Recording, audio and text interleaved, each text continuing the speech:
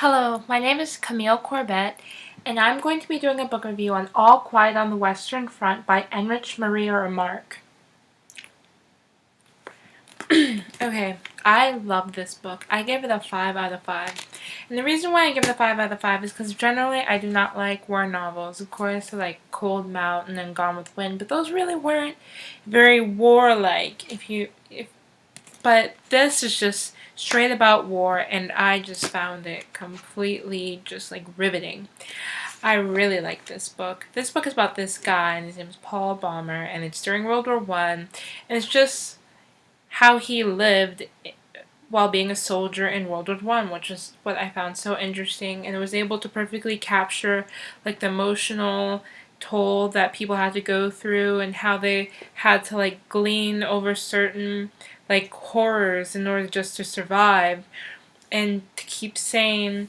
And it's just interesting how people had to fight for food and to fight for their lives, and how they just became so just used to death and gore. And it just amazes me whenever I think about people in war now, because it was able to capture how the grittiness of war perfectly. And I guess that's why some people consider it the greatest war novel of all time, because I think I'm going to be one of them.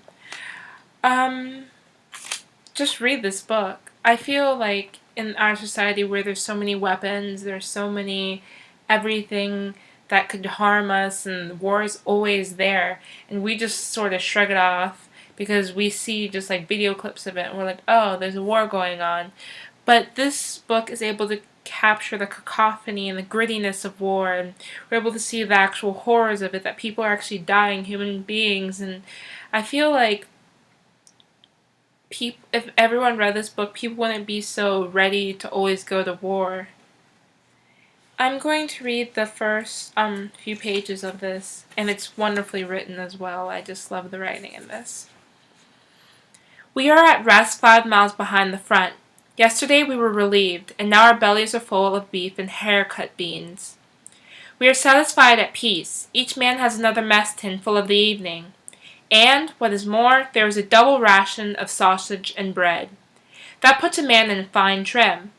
We have not had such luck at this for a long time. The cook with his carroty head is begging us to eat. He beckons with his ladle to everyone that he passes and spoons out a great dollop. He does not see how he can empty his stew pot in time for coffee. Tejan and Mueller have produced 2 washbins and have filled them to the brim as a reserve. In Tejan, this is veracity, in Mueller it is foresight. Where Tejan puts it all is a mystery, for he is, and always will be, as thin as a rake. What's more still is the issue of a double ration of smokes. 10 cigars, 20 cigarettes, and 2 quids of chew per man. Now that is decent. I have exchanged my chewing tobacco with Kashkinsky for his cigarettes, which means I have 40 altogether. That's enough for a day. It is true we have no right to this windfall. The Prussian is not so generous. We have only miscalculation to thank for it. I find this book lovely. You should read it.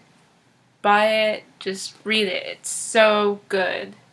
It is definitely one of my newest favorite novels. So check it out. Hope you like it. Have a wonderful day. Bye.